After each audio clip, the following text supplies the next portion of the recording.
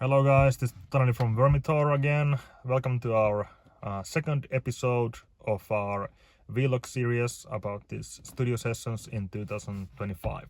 I've just arrived to our rehearsal room and we are gonna pack up our stuff, and today we are gonna go to the studio, set up our gear, select the sounds for guitar and bass, mic up the drums, tune the drums, and do some last tweaks on our stuff. So for a refresher, we're gonna record 2 songs, and these songs will be released this year individually as singles, and they will maybe end up to another EP or maybe some split with another band or maybe to our upcoming full length. But we will see how this goes, and the first one of these songs will be released right after it's done for the mixing and other engineering stuff. So stay tuned, and we will do a couple of these episodes from these studio sessions, and they will be online in following days. Welcome aboard again.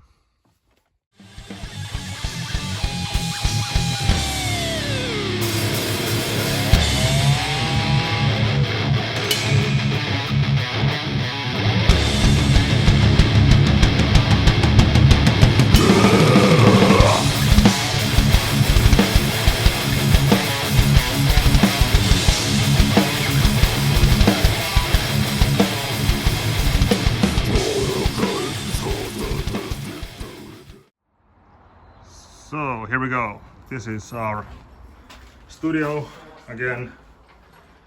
It is actually the music store, Studio Jylhä, here in Muurame.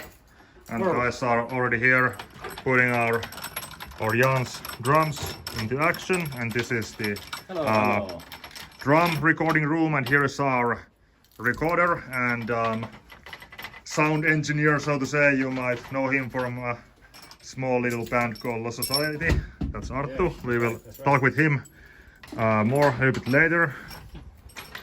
And here is the workstation of Arttu and all of his cool equipment for monitoring and recording. Some of the heads that we might use and some of the pedals. And this one, of course, is a bad boy because it is, well, it's not here stamped, but it's from 92 and it's made in Japan. Of course, a loyal workhorse here, SD1, and lots of other stuff. And here are some Arttu's cool guitars, Jackson made in USA, and other cool stuff. There's the music store, so if we break strings or something else, we can buy them from Studio Jylhä, or Soitin Jylhä easily. And here are some other familiar equipment. And next thing, after putting up the drums, we will start looking for guitar sounds, and there are lots of options here. We might use the high gain tube sound, or we might use something else, maybe the solid state preamp, and there are lots of options we will try out and pick up the best ones for these songs. So the first stage here in studio is almost complete, so the drums are mic'd up now, but this is just the preliminary setup because we need to tune the drums and the drum heads as well. But engineer Arttu, tell us the main idea of miking the drums and recording the drums. Yeah, I guess we have a pretty simple setup here. So the mics are almost like they're ready, but we need to tune the drums, just like you say, and then find like the right placement for the mics. So it's gonna take a couple of more hours, I guess. But yeah, here we got really shitty snare stand, and we need to replace that one. We have Audix i5 on snare. Then we go to the toms. We have Audix mics D2, D2, D4 is hidden behind the right cymbal, and we have some Audix condenser mics on right and hi-hat, and we have SE Electronics, what is those?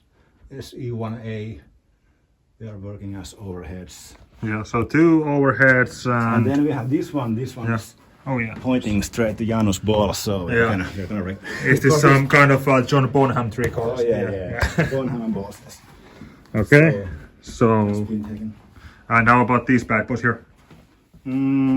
These are for experimentation, I guess. Okay, yeah. These are like Something ribbon mics, so one is gonna stay in the corridor, I guess. We'll see how they sound.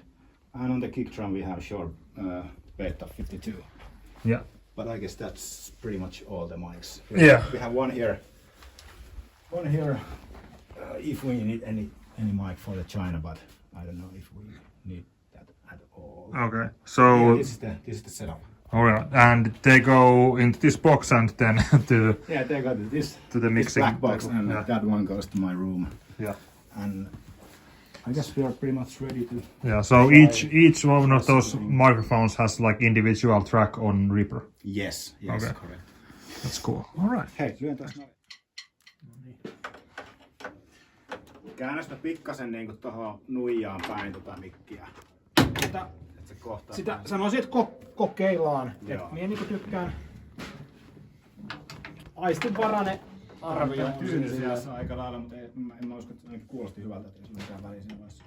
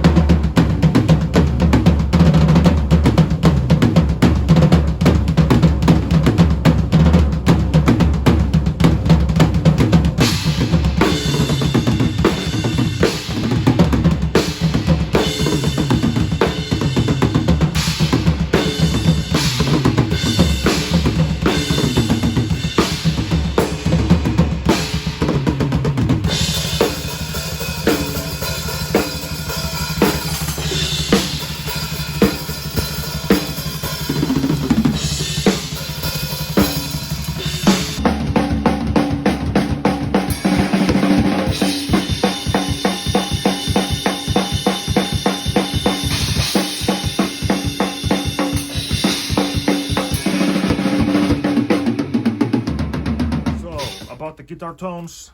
You're gonna see some clips when we went through the possible tones and a couple of heads I will show you in a minute, but what we're gonna actually use here is my Mesa Boogie dual rectifier solo head and my Mesa Boogie 2x12 cabinet, rectifier cabinet. So the same stuff I use in rehearsal room and on the stage. But the difference between me and Sulo, our guitars, is that we use the different boost for the Mesa. And I will use the Metal Zone Wasacraft version. And actually these are the settings I will use. So mid scooped and distortion on 0. So it's basically just a preamp and an EQ for the head, but it also has its unique tone, so it will work also as a kind of flavor for the tone. And Sulo will use the Maxon Supertube 9 Pro Plus, and this is just a basic overdrive, but it has lots of cool features. So it has the 18-volt system, and also you can use the low boost, but we are not actually using the low boost here. But it's not a coincidence. As you may know, these are basically the two boosts that Cannibal Corpse has used since, I don't know, maybe Gallery of Suicide album, but like the early 2000 stuff, Kill, Red Spawn, and I think Evisceration Blake is being played with the Metal Zone as a boost. And I think Bloodthirst and Gallery of Suicide probably. And nowadays they use, or Rob Barrett uses, the Maxon. So we are basically combining a little bit older Cannibal Corpse with the modern Cannibal Corpse tone. So yeah, it's not it's not a coincidence that Rob Barrett has chosen these pedals, because I think he knows what he's doing, and we follow in his footsteps now. So here's what I'm going to use. So I have the Metal Zone, which goes to Noise Gate Decimator 2 by ISP, and then I have an EQ, which has a little bit boost on the highs and pretty flat on the mids and lows, so it's a little bit boost the treble. And then I have a delay, which I will probably use for my solo, and of course I have my dual rectifier head here. We also tested the 6505, but we weren't quite happy with it for this tone, and it got a little bit crunchy. You can hear it on the guitar tone hunting clips, and it didn't quite work together with the Mesa, so we decided that we use the Mesa for both guitars, just to switch the boost. And the EQ is actually now on Sulo settings, so I will use a little bit more scooped sound with the mid there in the 10 o'clock, and high and low treble and bass on 1 o'clock. So that's what I'm going to use now. And this is the mic setup for the cabinet. So here's my 2x12 rectifier cabinet, and the left element, which is the V30, sounded better than the right one. And here we have two microphones like this, and here's the Shure 57 with some kind of condensator microphone, and they will be combined and mixed in the Reaper for the guitar.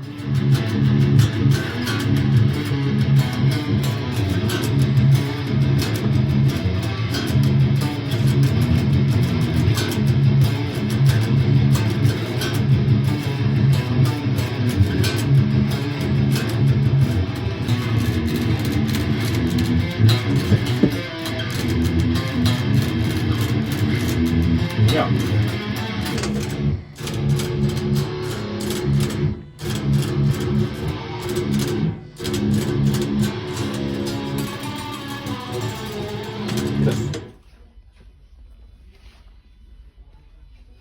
So we're going to mic setup now. Yes, we are just trying things out.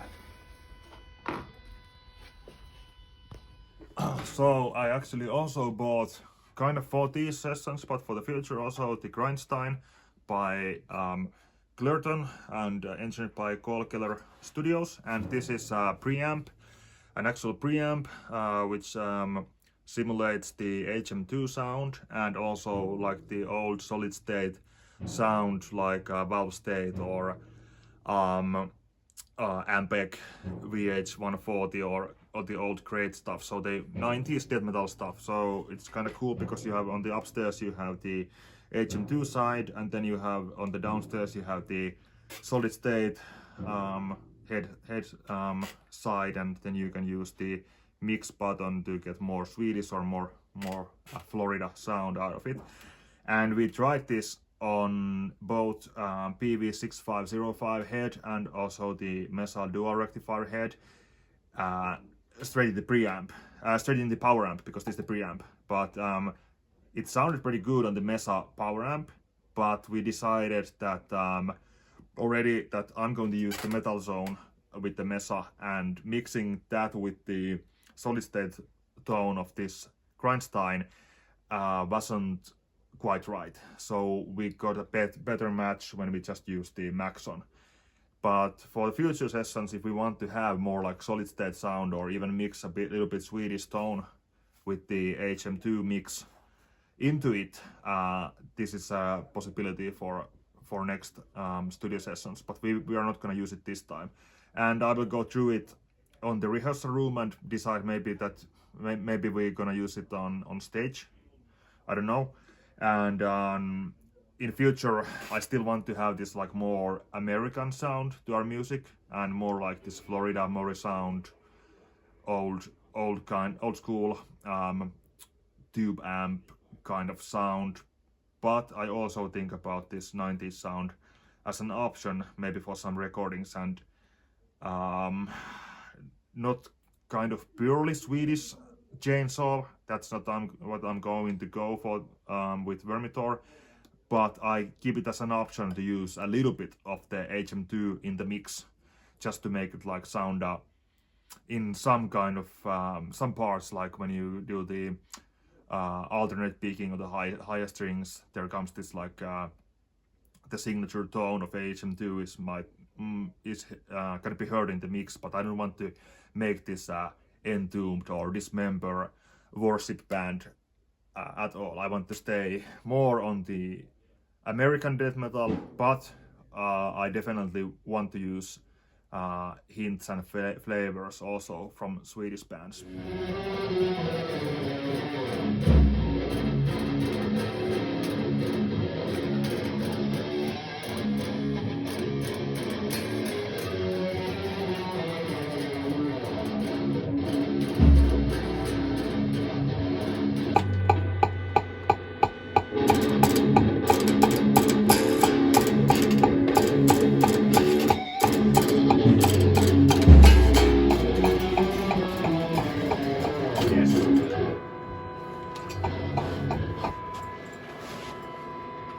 Mesa.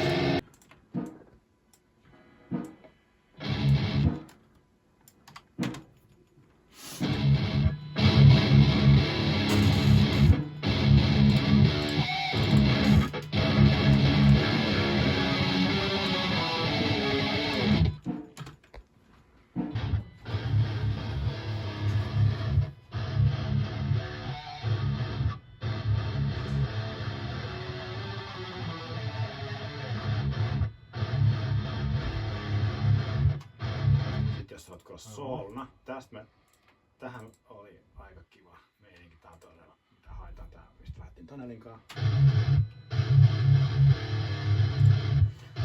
Sitten vaan ihan tuo piiviin seuraavaksi.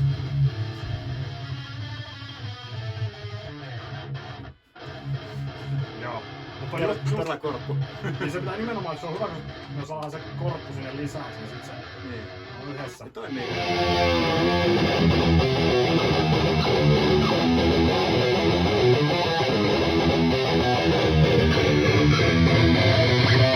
So that was the Studio Day 1 in a nutshell. So setting up the drums, changing the drum heads, tuning them, making the guitar tones, and for the bass, we tried out the Darkglass Microtubes preamps, and we decided to go with the DI bass instead and use a plugin, which was kind of non-old school solution, so to say, but a necessary one for the right tone. But unfortunately, we didn't get to record the bass during the time we had on the studio, so we decided together with our sound engineer and producer to postpone the bass recordings, and they will be recorded later on as a DI bass, and we will use a plugin for the bass, but you will probably be satisfied with the outcome. I'm pretty sure about that. Thanks for watching this episode, and the next episode from this studio vlog is about the recording itself. But unfortunately, it was a pretty busy day, so I kinda did not get so much footage that I wanted. But there's some footage from recordings, and I will make some video notes afterwards and talk you through the recordings.